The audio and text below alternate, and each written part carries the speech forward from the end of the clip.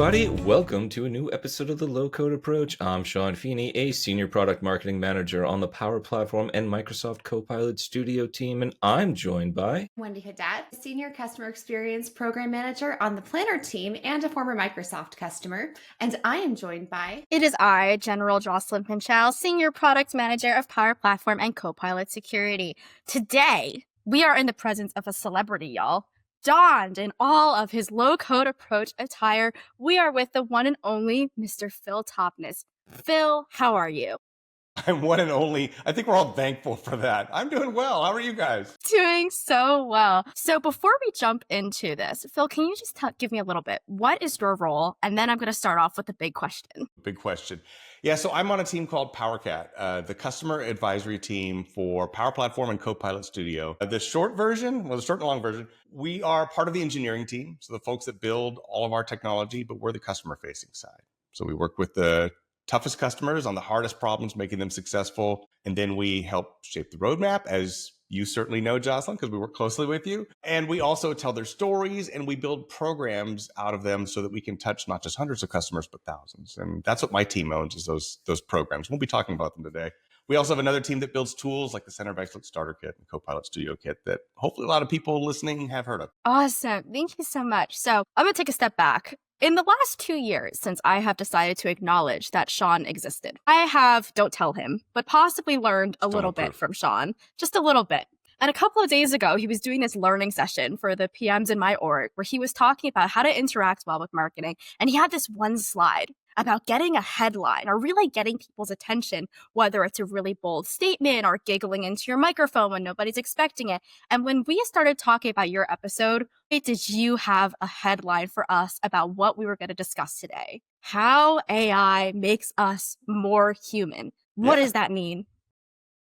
I think it's true. I think AI and being successful with AI does make us more human. And I'll ask you a question. So if you compare now to 2 years ago when you first started accepting that Sean existed, are you more busy now than you were 2 years ago? How's it feel? That's our episode title, Sean Exists. Sean spotted in the wild. 2 years ago, Jocelyn was a different person. I would like to say that I'm better off now that I know that Sean exists, but definitely stuff is busy for sure. Yeah.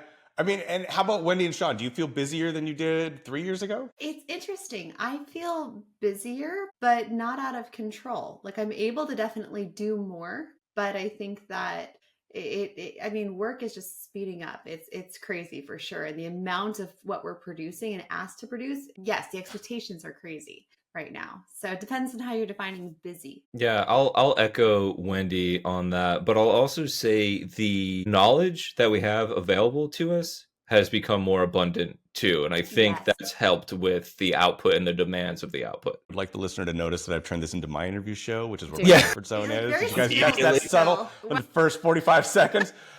So Microsoft studies, right, have shown that we get interrupted on an average every 2 minutes at work. Every 2 minutes, right? That feels pretty real to me. And 80% of people say they're overwhelmed at work. And so that's where I think the opportunity for AI is to get past that. And also, I think that has a subtle impact on all of us and how we engage with each other, even Sean. And I think that's like where the real benefit is to free up that time and that busyness. That makes a lot of sense. And I say this with a target clearly on my chest, so I appreciate it. Like, You see all these interactions. You talked about being interrupted every 2 minutes. How does AI in your findings or your discussions with customers and your research, how does that help you separate the noise from what's actually important when you are working? I think the real opportunity is it can do a lot of the noise, right? Like, it could do great things, but it could also free us up from like the trivia, like expense reports, right? And things like that, right? Like even Buzz Aldrin had to do an expense report for traveling around the moon, right? Like the bureaucracy in our lives is pretty crazy. And so if you look at like what the opportunity is, it can free up some of those. And what that does is it gives us the opportunity to coach, to invent, and to work with others. And there is real opportunity there. Right? There's this study that a couple of professors did at Princeton, and they told a group of students, they said, you have to go give a speech on the other side of campus. They told half of them, you are late. The audience is waiting for you and you have to get over there.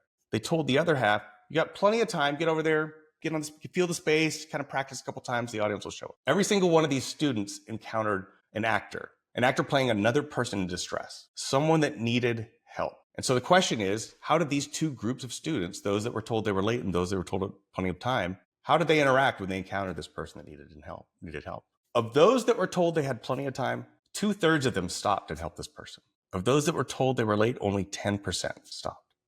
Right? Huge difference. And the thing is, these were seminary students, future ministers, and they're talking about the Good Samaritan, about helping others in need. So, like, if urgency can cloud the compassion of these people, like, what chance do the rest of us have in a workday if we're feeling interrupted every 2 minutes?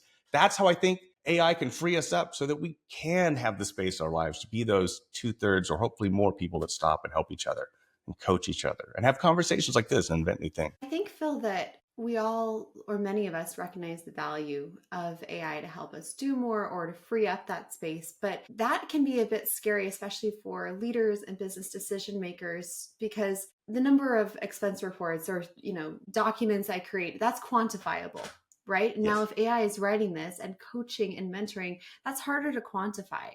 So how can, or maybe should, organizations start shifting their mindset to seeing and measuring the value? Like, what is the value of Wendy going and mentoring someone, or Wendy going and doing some of these soft things here as an organization? How should they be thinking about that? Yeah, well, I think we talk with a lot of organizations about value measurement, and we have a program called Kickstarter where we have a workshop where we teach organizations to measure value, right? And Jocelyn is applauding because she's helped shape our security workshop and our governance workshop. But in our value workshop, we teach people how to measure value. And that all came out of multiple of our customers saying, how do I measure the value of Power Platform? How do I measure the value of Copilot? I always ask them, how do you measure the value of the rest of your IT? And I bet you could all guess what the answer is. We don't. They all said we don't. And so we took it from that lens. How do we look at value measurement from the ground up, both tangible and intangible value? And so we talk about saving a little bit of time, but we also, and Ryan talks about, do you go for the 10% savings or the 10x growth? And so we also talk about the 10x side. What are the intangible savings? How does this affect your ability to grow into new markets, respond before competitors do, address diversity and inclusion goals or environmental sustainability goals? Those are all less tangible, but we try to address those. And we've even, with the PowerCat Tools team, built a toolkit, a business value toolkit, that helps people take what they've built and align it to their goals. So they can know out of what they built, here's how it's aligning to our corporate strategy. The non-tangible side of value, or for any part of our strategy, here's what we built that rolls up to it. And so I think it's really about balancing those two things, right? How do I save a few minutes here and there, but how do I make sure I'm doing bold new things and understanding them? They may not have a hard measurement for them, but how do I at least assess and aggregate them? Need some advice and guidance for our listeners who maybe are just starting to dip their toes into finding out how AI is going to benefit them.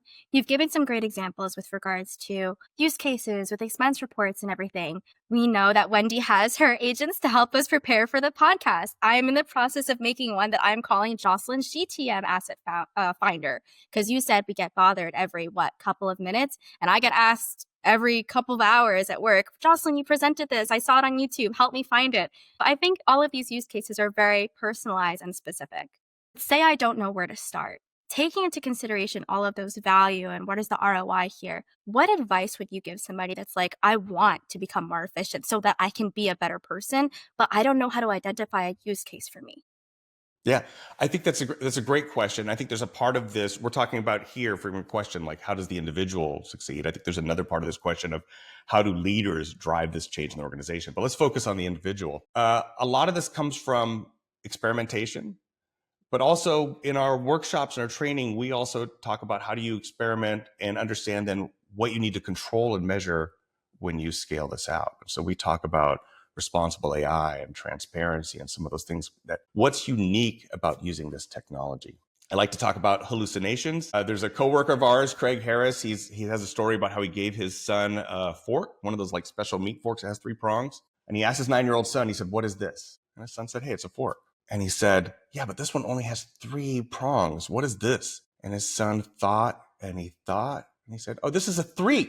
Right? Because it's 3 prongs, right? So like, that's an example of a human, like trying to take everything they know and hallucinating, right? AI hallucinates too. So I think we need to, one of the things is building the skills and using it and understanding it, but using it in the right way. And so in our Copilot Studio workshop, we do both. We do envisioning. What is the business problem you want to solve separate from the technology. We use a game we call Spark Tank. It's a card game where people do that. But we also do responsible AI. How do you make sure that you can deploy something that won't land you in there and you can trust and is transparent, and doing all the things that Microsoft does behind the scenes to make our technology safer with responsible AI, but the customer has something they need to do on that end as well. I love that you talked about what's the vision first. And something that I've been saying a lot in some of my conversations that I had recently with Admiral Amit, one of our past guests, is you are jumping to the solution before you've identified the what. What is your problem? You're trying to go ahead and solve something you haven't even identified what it is that you think is not good enough right now. So I think that's a great takeaway for the individual as well as for the enterprise.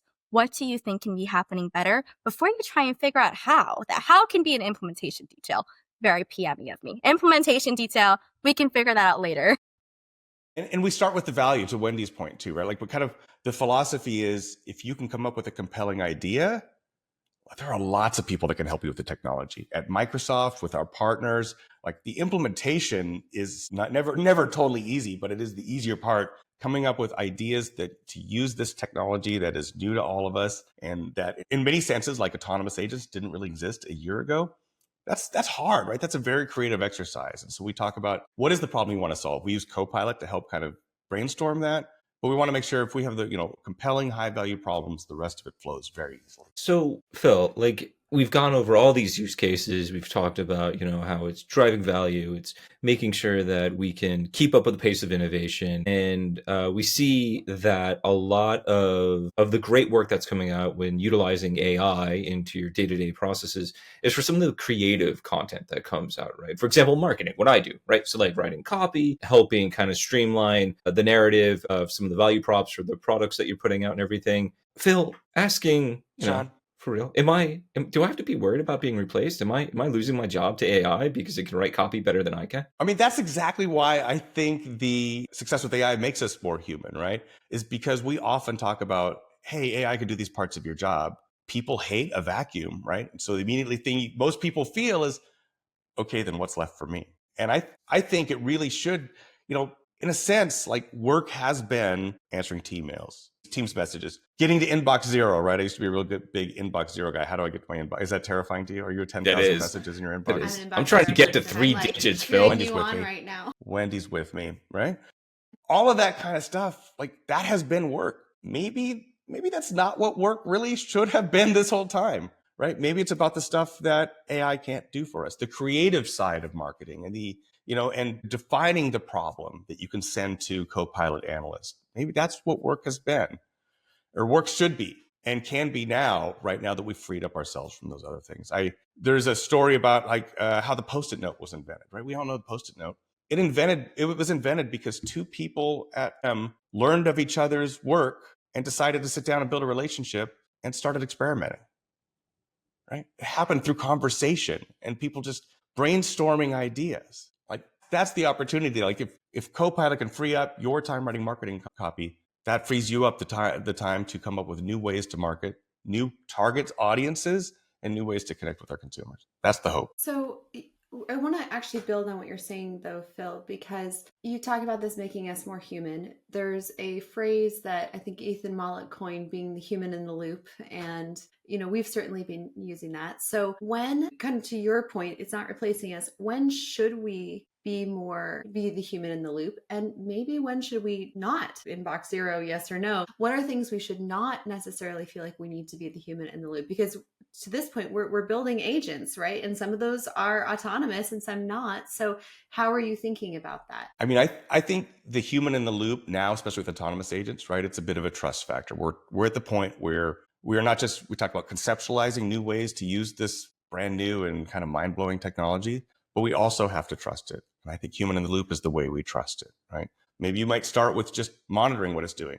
Propose this idea to me. And they're like, yeah, it's really good at this category of ideas. You can do those.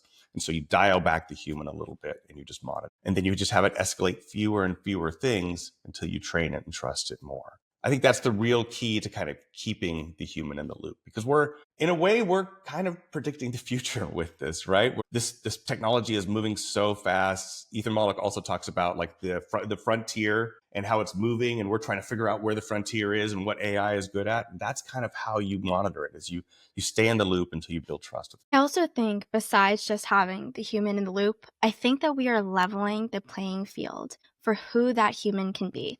Me personally, as somebody who came up in the tech world so firmly grounded and rooted in the low code aspect of tech, and somebody who doesn't have a traditional computer science background, I so firmly believe that what AI is able to do is empower those who may have not necessarily had the optimal chances to do some of these jobs beforehand. I think it is a great way to level the playing field in some way. It's been shown to do that. It's been shown Absolutely.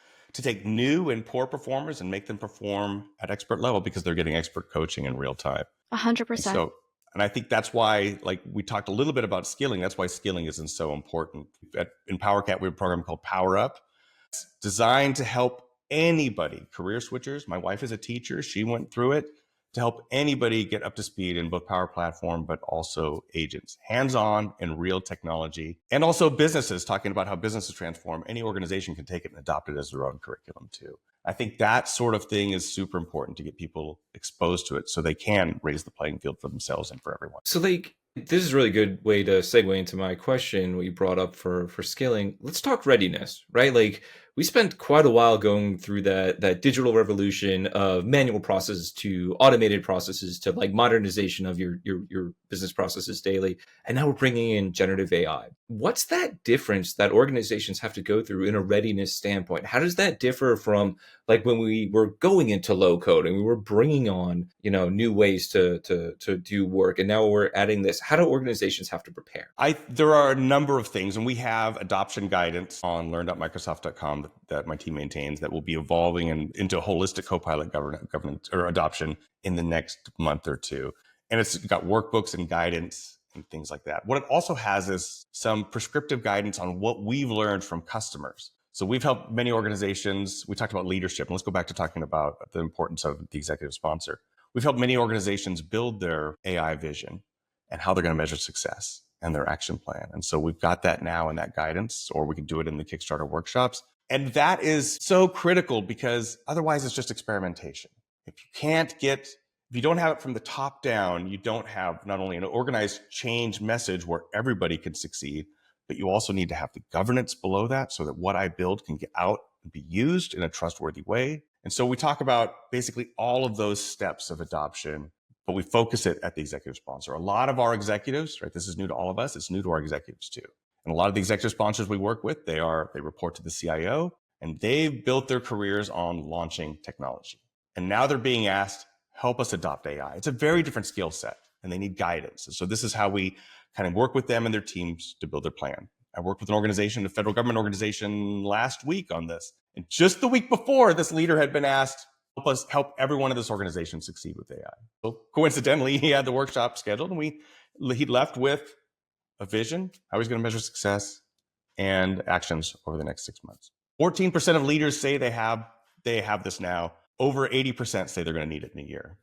Getting there is the first step. I 100% agree. The getting there is the first step in this. But do you think it's pivotal to have a North Star as a leader of like where you want to see your organization utilizing AI within the next 10 years? Or is the pace of innovation so fast, it's difficult to hit that North Star or even determine what that North Star is? So most of the visions we help leaders create are flexible and general, right? This technology is evolving fast. And it is in a lot of ways like predicting the future, to go too far in the future. But there are goals of helping people be more productive, freeing up time, and painting that vision, and then laying the scaffolding of training and governance so that the org can do that. And also telling stories, right? Building a champions network. Those are the fundamentals that we talked about in Power Platform. A lot of them are very similar. And I don't want to downplay that telling the future part, right? Like there's a video I like that someone in the 80s trying to predict what life was going to be like today. The stuff he predicted, a portable printer, right? Like you can't get rid of paper. A tie that would change color based upon his health, right? Predicting the future is hard. And so it does require a little bit of flexibility because, we're going to get some of it right. I still wanted hoverboards. That was my favorite prediction from the 80s. I was really hoping for flying cars by now. Yeah. We're getting closer, though. You mentioned that you've seen organizations playing with AI versus implementing. So I have a two-part question for you. The first is, can you help me kind of understand the warning signs, or how would I differentiate? What is, well, that's just kind of playing around with it. This is real implementation. And then secondly, I'd love for you, you've been doing this all along, but continue to ground this in the customer success stories, because I think our audience loves to hear what customers are actually doing and making that real for them, because this is a great vision, right? But let's make it real. Let's ground it in reality, what's happening today, and not just here's the beautiful painting of the future in the new 2080s, what it's going to be like. 2080s, who can even think, right?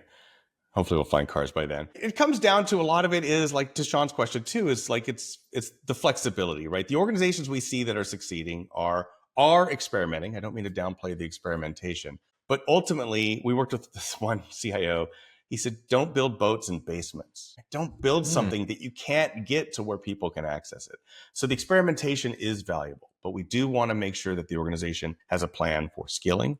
They have a plan for getting these live in a way they trust. And so like in our governance workshop, Jocelyn knows this, we talk about who are the different parties you need to involve in order to get this agent to production in a trusted way, right? Are there people in security? Are there people in Azure? Are there people in, that own your Microsoft governance that you need to get to talk? And we prioritize what are the top things you want to do, who needs to talk, so that they don't hear about this the first time when you want to go to production. That's the kind of coordination we're talking about, is trying to get some of that ahead of time. And those customers are then ready for when some of that experimentation pays off and they have something that's proving real value, to get that in the hands of everyone in the organization, but do it in a way that doesn't introduce risk, that doesn't surprise people, and something that people are ready for. Real fast, just part two. Did you have a customer example, like maybe some success stories? No customer I'm going to name by name. Okay. But I worked with a customer this week, in fact. One of the questions I asked at the beginning was, we have people come in and we ask them, what is your fear of AI? I love AI. I'm afraid of AI. They saw the fruits of 1 year of readiness. Nobody said they had AI fear, right? Something we've already talked about here. And so I think it's a result of that iterative getting people ready and making sure that they had the foundation, so that when we came in there and talked about Copilot Studio and ideas, they had very high value ideas that were ready to go, and they're ready to move forward because they had that foundation of not just governance, but the culture change and all that sort of thing. But I can't name them. So a related question, and also a conversation that I had with Admiral Amit recently as he's talking about the capabilities of graph connectors with regards to AI. You started to tell me a little bit about laying that foundation and all of the excellent work that we've done together with regards to governance and security. And earlier today, we also talked about, what is your use case? Is there ever a time in which you're talking to a customer and they're like, Phil, I am gung-ho, I am there for the AI. And you're like, pause, buddy. We don't have our ducks in a row. You're not ready yet. And I think that you should be.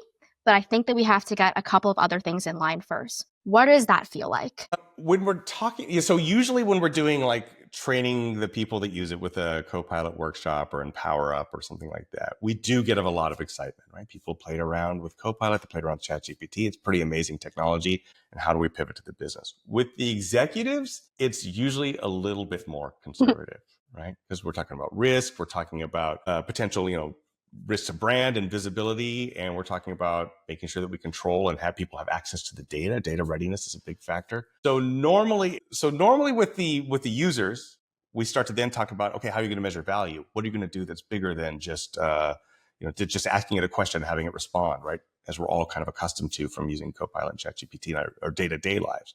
How do you get it to do work for you? And so we really kind of take a break and talk about ideas, as we talked about earlier. For the executives, they're rarely gung-ho. They're usually getting pressure from above. And so we talk about, okay, well, how do you make sure that you prepare a foundation that you can do this safely with the governance controls that are in our platform, but also make sure that you skill up and bring your entire staff. Is that like the Phil's list of like AI readiness trademark right there?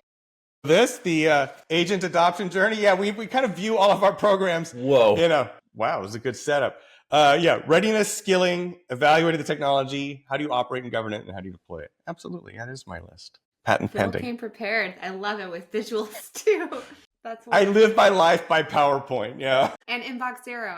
I'm sensing a trend. No, I've here. given up on Inbox Zero for all the reasons we've talked about, actually. It's just interesting. It's interesting learning to keep a pulse on what is coming in, but also, and feel like you can trust the AI, but also over time continuing to train what's important, helping it learn. And so learn your preferences to highlight things that I will say, when you mentioned the question at the beginning, am I busier? I feel like I'm able to focus more deeply than I have in the past because I'm able to use tools like this to create that space. That is the hope. I did want to ask you, so a few months ago, Gartner put out an article on what they say are the 4 essential AI skills of the future. And one of those skills talked about being a use case generator.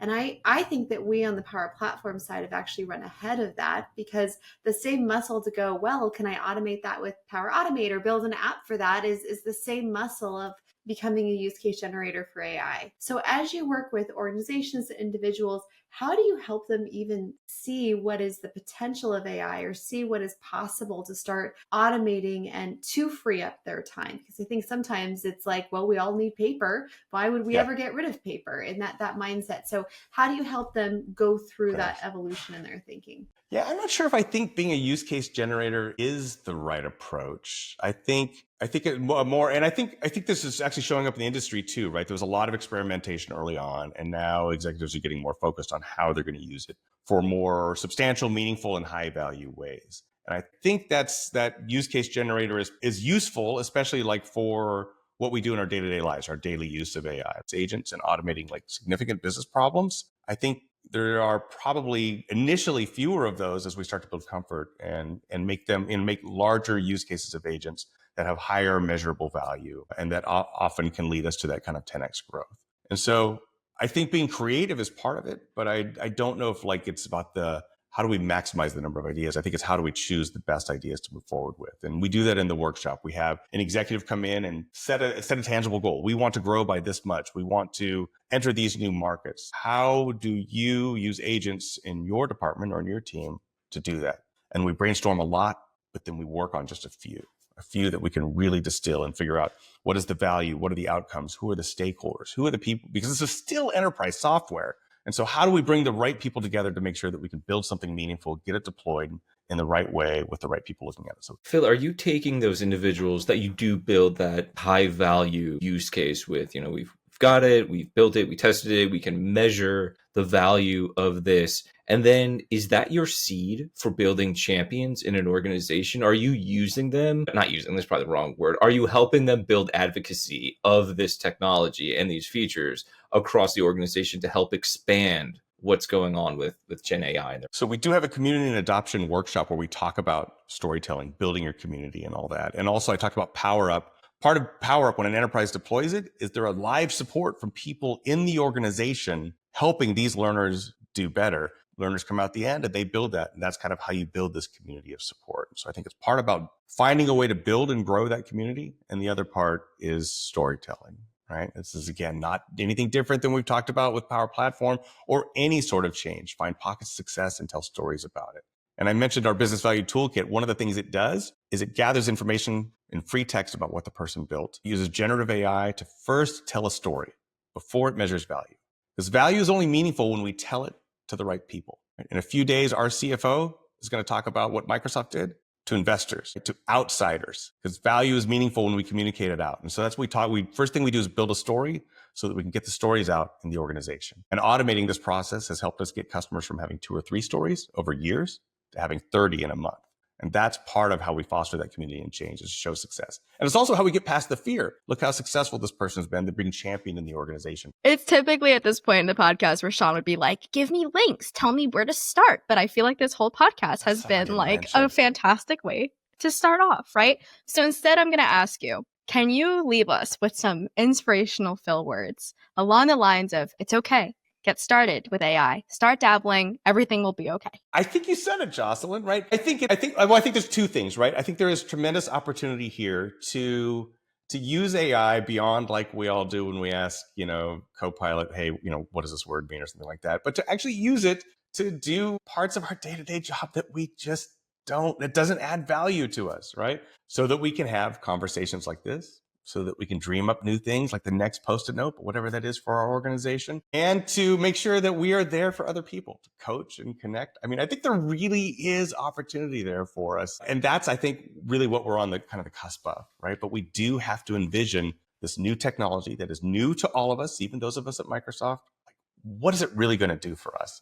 And that's the key. Oh, that makes sense. Two things. One, Jocelyn, your Sean impression is spot on. I thought it was me talking. And Thank you. two, Phil, before we get out, what can we expect at Power Platform Community Conference? It's a great question. I will be talking there about all of the programs that I talked about today and some more that my team does. So how to build skills, how to envision and how to drive adoption throughout your team with new guidance that we'll be launching there, as well as more advanced things like how do you build skills in architecture and how do you make sure that you've got the skills to do this?